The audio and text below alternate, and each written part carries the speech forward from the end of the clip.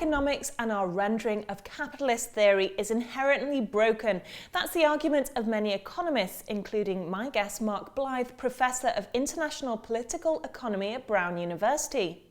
Mark, you've suggested a blind fixation on austerity, but that's not quite accurate, is it, with continued phases of QE pumping cash into the economy? What's the point of quantitative easing?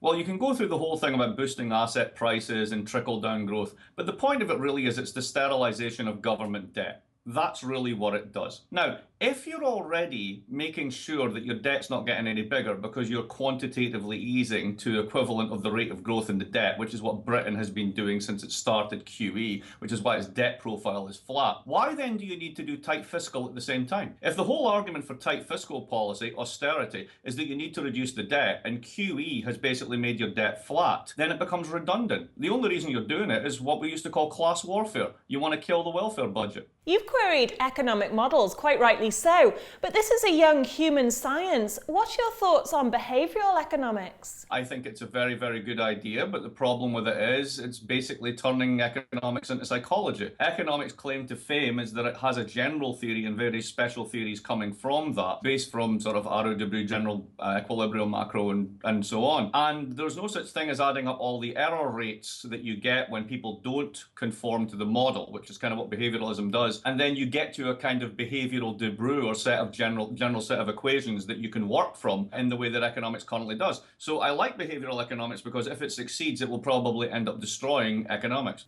You've rightly identified many austerity plans have been imposed by foreigners. Let's look at the IMF for a moment, an organisation that travels the world offering refinancing plans and procedures for recovery. But to me, there's an element of almost colonialism about it. What are your thoughts on the way the IMF conducts itself? When it became the modern IMF in 1974, when Bretton Woods ended and its original mission to basically police a set of fixed exchange rates ended, it turned itself into, if you will, the information policeman and then creditor to the developing world. Has it done a great job? No.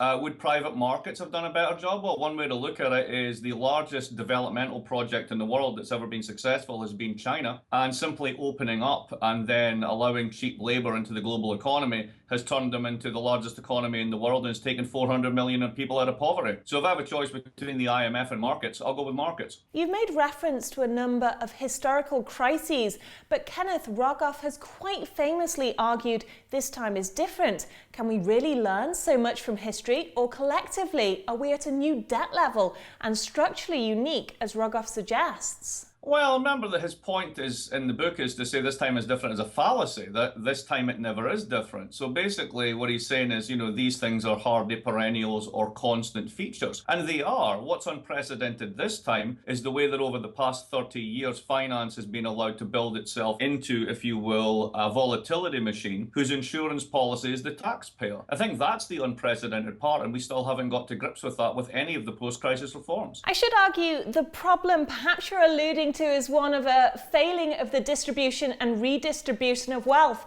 How do we fix that? If you actually read Piketty, who put this back on the agenda, yes, the numbers are shocking and we're back to the 20s and all the rest of it. But to me, it's better thinking about this in terms of long-term growth. And that's what his book's really about. And what he speaks to is the fact that developed economies, such as the US and particularly Europe, are now older societies with lower growth profiles that have done their period of technological catch-up. And the problem there is you've got aging populations that want to consume huge amounts of resources, for example, on healthcare. And you don't have the young demographic behind it to support it. And those types of long-term growth problems are, to me, far more important than these short-term inequality effects. The two of them compound each other, but I think in the long run, it's the other ones that are going to be more important.